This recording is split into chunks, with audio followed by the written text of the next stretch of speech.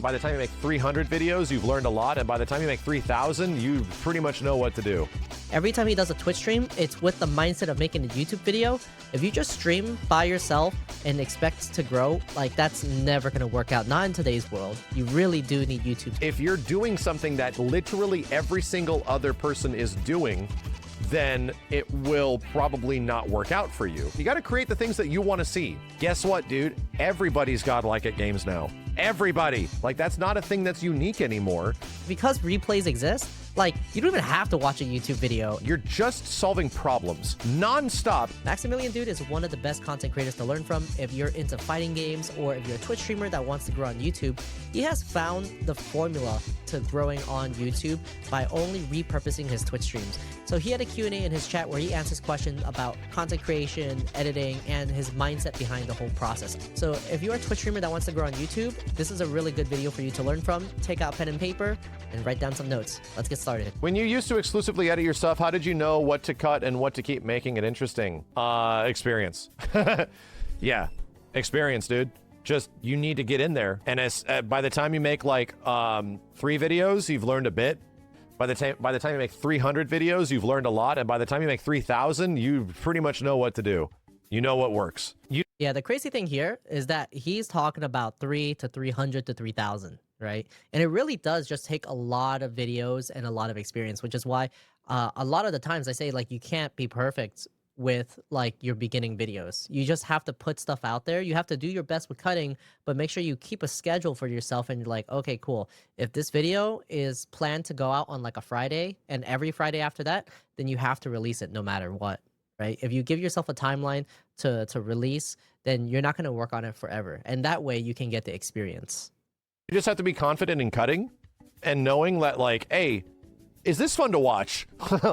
That is what I still think whenever I'm behind the editing, even in a situation where I got to put something together nowadays. Like, for example, I cut together a bit of that Monster Hunter video, and always during that video, the one with like Akuma dancing and shit, I was thinking, is this fun to watch? So to me, yeah, that's always been my priority in my head. Will people actually want to watch this? Is this something that any random passerby can find engagement with, you know? You have to. Yeah, I think this part is also really important too, is that you have to know what your audience likes, right? If you can't test yourself on whether or not this is interesting to watch to a very specific viewer or like a type of viewer, then you don't actually know what's going to work and what's not. On one hand, if you're just starting out, you got to make content for you, right? You got to make content for people like you. And so if you find it interesting, then the target market at that time is going to be people who also find the same things interesting. And if you watch your content over and you're getting bored with it, then that's a pretty good sign that something's wrong and you just need to cut that part out or change things up. In the very beginning, you are going to be your best tester. To the viewer, you always have to, in this regard, you always have to consider the viewer. It's like the biggest priority ever. Nico, oh god, I'm asking this for the content. What advice would you give to streamers and content creators who are struggling to grow an audience? First and foremost, YouTube right now is the best place for you to quote unquote grow an audience. It's the best place for it. How do I know this? Yep, 100%. And he's probably going to talk about how he already addressed this in the video before, where he talks about how every time he does a Twitch stream, it's with the mindset of making a YouTube video. But honestly, like, if you look at any other big creators out there, right? Any big streamers, like, they grow the most on YouTube and then people find their stuff and then they go watch their stream. If you just stream by yourself and expect to grow, like, that's never going to work out. Not in today's world. You really do need YouTube. So I 100% agree with what he says right here. I'll watch something on YouTube and I'll get a recommendation for a video. That recommendation for a video, guess how many views it has, chat? How many of you guys see this? 3. Yes, literally 3 or 4 or 16 views or 100 views. And I realize I'm watching some person just yap about something that has like 0 expertise in this situation, and they're just saying shit. Why am I watching this? And then I look at it and YouTube recommended me a video of somebody that it literally just has a channel with like less than 1,000 people. And they're talking like they run Square Enix or some shit. I'm like, whoa, YouTube works its ass off to put people that almost have like no following on your front page. To be honest, you block those recommendations. Some people do, you know, to be honest, like some people will have good things to say there, but a lot of people will not have that, will not have good things to say because you're like, who am I listening to? Why are we getting this, you know? But still, that is YouTube working their butt off because they will recommend your like weird, crazy video, sometimes whack ass video that will just be put into the system to a bunch of other people into the algorithm. Here's the thing. How do you get that to catch? Well, it's got to be good. You either got to be compelling or Yep, 100%. Like you have to be good, and there's a lot of videos out there that teach you how to do this, right? Whether it's like with the visual hook, audio hook, storytelling, the topic has to be good. But overall, YouTube really does work to put your video out there. I've seen channels with only like 4 or 5 videos, you know, blow up and have like hundreds and thousands of views just because the topic is interesting. It hits a market where there's enough people looking for this type of content. It really all depends, and it's not going to be the case all the time. There are cases like those, and those are just outliers. But overall, you're gonna really have to work at it to, again, it's just experience, right? And I think I'm glad that's the first thing he said, because everything he's gonna say from now on is all built on top of experience. Captivating or provide information. If you're doing something that literally every single other person is doing, then it will probably not work out for you. The easiest thing now is rage bait, where you can just be really mad about something, and the more mad you get, the easier of an audience you'll have. Yeah, that works nowadays, man. And it's so easy for YouTube to recommend people that are just pissed off about stuff and will go after, you know, your video because you're pissed off, and yeah, I relate with this, I'm also pissed off. Like, that is just a very easy way to grow an audience in some way. And yes, that will work, but it won't last. I guarantee you. All rage. Yeah, it will not last. Rage bait is basically just like, it's bad for you mentally, mental health. It's exciting, I guess. People like the drama, but it's really bad for you. It's almost like junk food, but like really bad, like heavy, oily, fatty junk food. You know, it tastes good in the moment, but it is really bad for you, and it's not sustainable. You can't eat that forever, and no one wants to eat that forever, right? And so, and if you do build a community off of angry people, then that's all you're gonna get, angry people, and you're not gonna get a community of people or supporters or viewers that like what you like, you know. And then you're gonna have to keep that up. Like it's actually a pretty horrible way to grow a community, in my opinion. Not a horrible way to get views, because obviously it works, but you also got to think about the long term. Bait does not lead to a point where it's like people actually are coming there for your thoughts and concerns. People are just there for you to be mad about something. They want you to be mad about something. You know what I mean? So that's like a big thing that exists, you know? Are you providing criticism, or are you just providing something that will just get other people mad? You just trying to get people mad or not? I think you have to find a way to like provide value or reinforcement or something to move things forward in some way.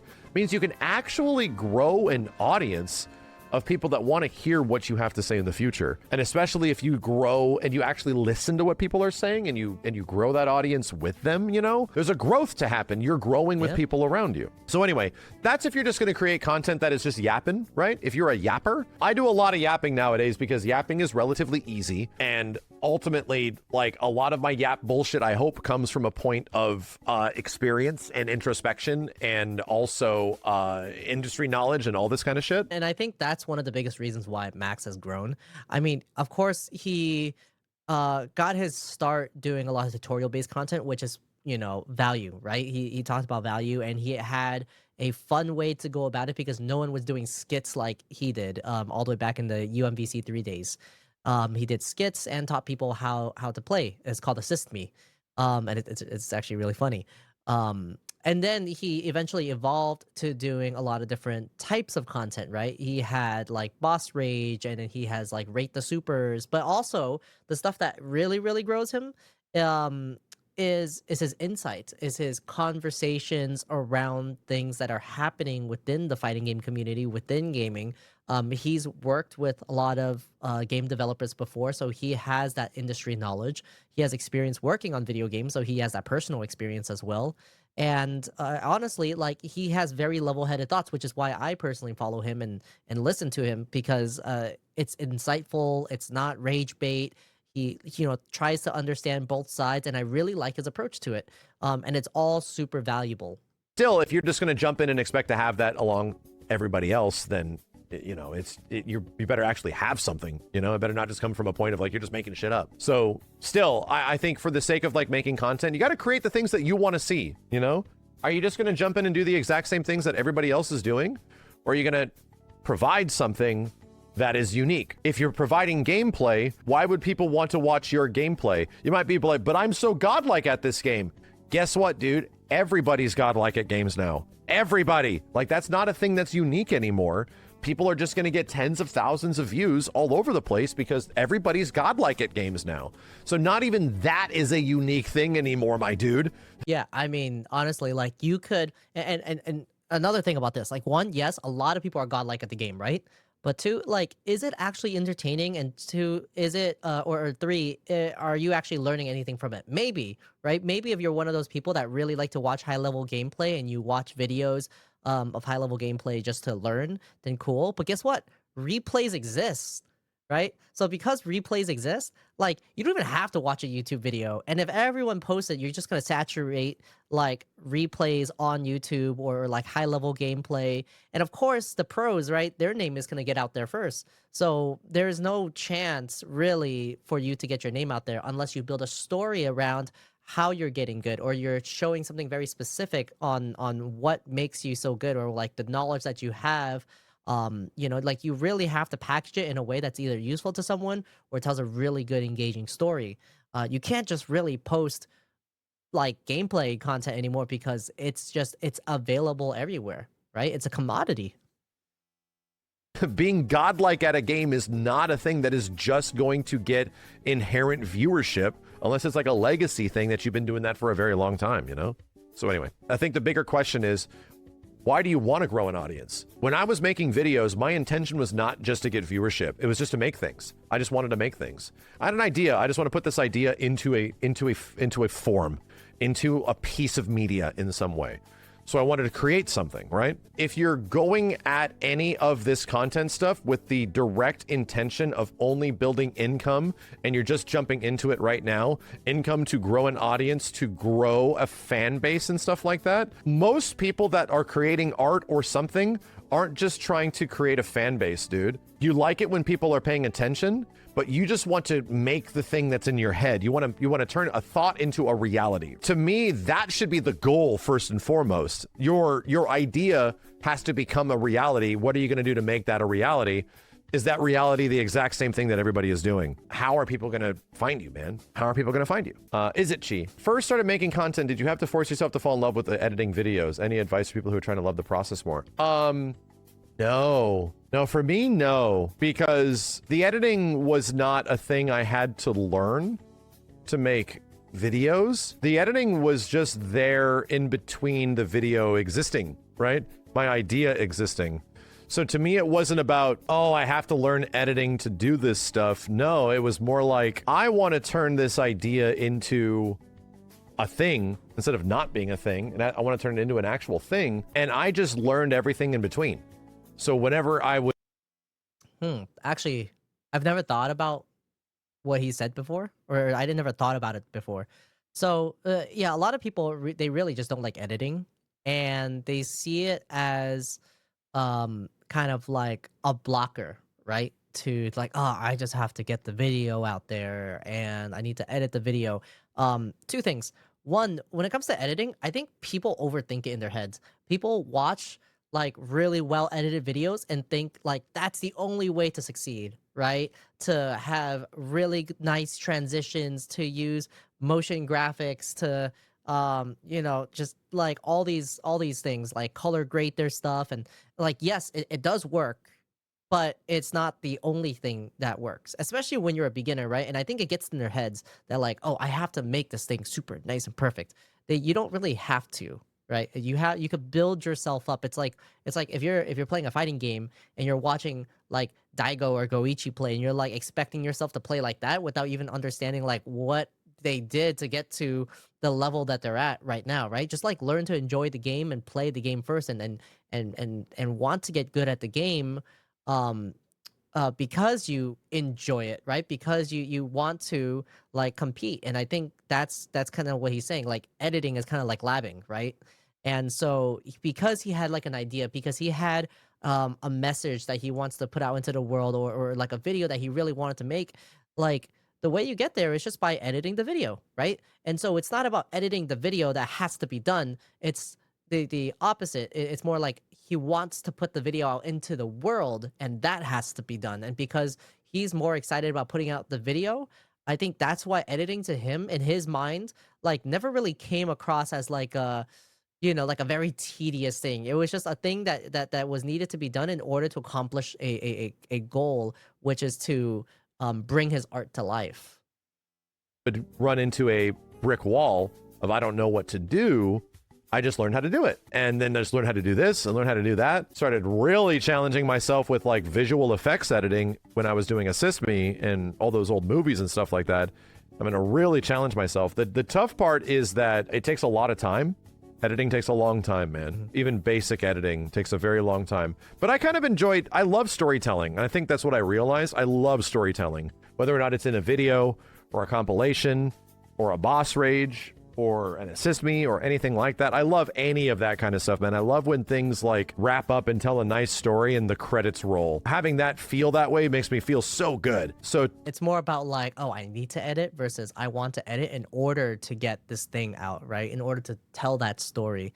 Yeah, editing is just so much like labbing, honestly. Like you're gonna suck at it. There's tiers to, you know, getting good at combos and doing setups and this and that. Like that's what editing is. You have to, you know, kind of like fall in love with like the future idea of like what you want things to be. I think in order for editing to not be such a big deal. Sorry, I'm talking like really high level mindset stuff, and maybe I don't have the idea developed enough for it to come across very clearly. But from like my heart, or like my intuition, I really do get what he's saying. And it's really making me think about how I want to go about editing videos too. to me, the editing was just not a thing that was getting in the way of making that happen. Oh, yeah, literally. It was right just a process of getting that thing to be what I wanted it to make. You know, it's a good question. Okay, When I actually enjoyed learning when I found the solution. You know what editing is? Why a lot of people may or may not like it? Not everybody's a problem solver where they enjoy the problem. Not everybody needs problems in their life, but some people do, and some people need to provide solutions to problems. Editing is like programming. You're just solving problems nonstop in production. When we're filming things, I get all the footage for an Assist Me and everything's fucked up, dude. Everything is like, nothing flows, nothing works. Now I just have all this shit. It's like a puzzle. I just have to solve all of these problems. And that's all you're doing from the beginning of the video to the end. It's tedious. Some people can see it as being... You know what it is? Editing is like... Editing for most people is like getting an IKEA piece of... like a piece of IKEA furniture, right? Without the damn instructions, right? So you get all these pieces, you're like, how am I supposed to piece this together? Like, I have an idea of what I think it should look like, of what I want it to be at the very end, but without instructions, it's super hard. Which is why, you know, I talk about like when you're editing and stuff like that, you really need to have a good understanding of like what you're trying to make, right? The more that you work in the pre-production process, which is like planning the shot list, planning the outline, knowing what B-roll goes for like what sentence and stuff like that. If you have that all outlined and documented, then it's really easy, right? Because you're like, oh, okay, cool. Over here, I'm gonna place this. Over here, I'm gonna place that. It's like building an instruction booklet for yourself, but you have to do it beforehand, before you even film, right? If you have the idea, you're like, okay, cool, we have to plan this out and then film. So when you get the footage, you're not super lost. You're not dealing with a bunch of puzzle pieces without knowing what the end result is gonna look like. Tedious and arduous, and it can be when it's really rough, but I enjoy when there was those problems. I like solving problems. I like when there's like a thing that needs to be figured out. Oh man, give me that shit. I can do it right now, dude. I want to be the one to do that, to put that together. So that's what editing does. It pretty much gives you a shit ton of problems, and now you got to solve them all. And well, you're gonna burn out. It's gonna be rough, but do you enjoy the problem solving aspect of editing? You know? That's literally what it is. Yeah, animation's the exact same way. Most things that are artistic, dude, are the exact same way. You just run into problems. Chat, why do you think my stupid brain for the almost the entirety of 2024 was quite literally stuck in Unreal Engine with a development team of 30 people doing nothing but solving problems when we were putting together MVCIB? Just nonstop. If I can't do this, it's getting somebody else that can solve the problem.